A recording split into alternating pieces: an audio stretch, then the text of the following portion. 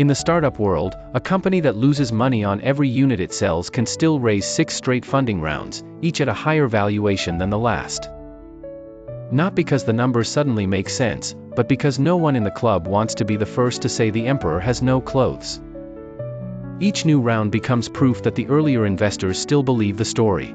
And every earlier investor points to the new round as proof they were right. That's how the whole structure keeps standing, on one simple condition: the next checks arrive on time. And here comes the uncomfortable truth. The due diligence you imagine happened before the company went public may not have happened in the deep way you expect. What often happened was mutual reassurance among a small group, each side needing the story to stay alive so they could cash out. Scarcity creates desire. Consensus kills doubt. But the valuation markup machine is where paper wealth is truly built. And the mechanism is simpler than it looks. A startup valuation is nothing like a public stock price. There are no open buy and sell orders, no millions of buyers and sellers setting the value. There is only negotiation among a limited number of people in a conference room. And the number they reach suddenly becomes the official price of every share in the company. When a late-stage fund puts $50 million into a startup at a $2 billion valuation, it is not just repricing its own stake. It is instantly repricing every share that came before it. The first investor who put in $2 million may now appear to own something worth $40 million. On paper only.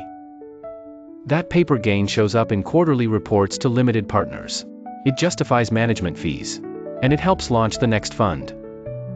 But the lead investor in the late round does not always carry the same risk the big number suggests. They may get preferred shares paid first if things go badly, or liquidation preferences that guarantee a minimum return even if the company sells below its stated valuation. They may also get terms that adjust their ownership if the next round comes in at a lower price. The risk is not what the headline makes it seem. It is a structured deal, with a safety net others do not see. Then the next effect begins. Mutual funds and sovereign wealth funds, looking for growth in a low-yield world, move into late private rounds. But they do not have the same side deals, or the same access to the books. What they do have is a mandate to get in early on high-growth names before the IPO. So the inflated valuations from earlier rounds become the starting point in negotiations, not the result of a real question about the company's value. Layers pile on top of layers. Series C at $1 billion, Series D at $2 billion, Series E at $4 billion. Every new investor uses the previous round as evidence the company deserves more. And every earlier investor uses the new money as proof they were right. Then the IPO happens. The banks price it at a small premium to the last private round, maybe 10 or 15%. Retail money pours into the stock.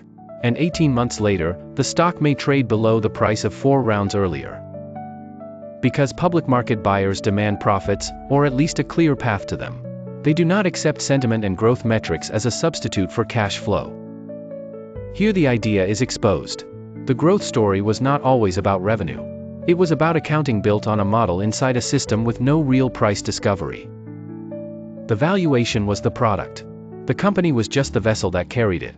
When we look at the whole machine, the sequence is clear: scarcity creates demand, consensus suspends doubt, and valuation markups create the paper returns that justify the whole cycle. It does not require a conspiracy. That is the power of the system. Every party has a rational incentive to keep it running. Founders want higher valuations to reduce dilution and satisfy ambition. Partners want paper gains for reporting and career momentum. And limited partners want to believe their money is growing. Even journalists want access to the story. The system does not need one villain, it needs everyone to keep doing what benefits them in the short term. But the music stops at the IPO. That is where price discovery appears. Real buyers enter who do not need the same story.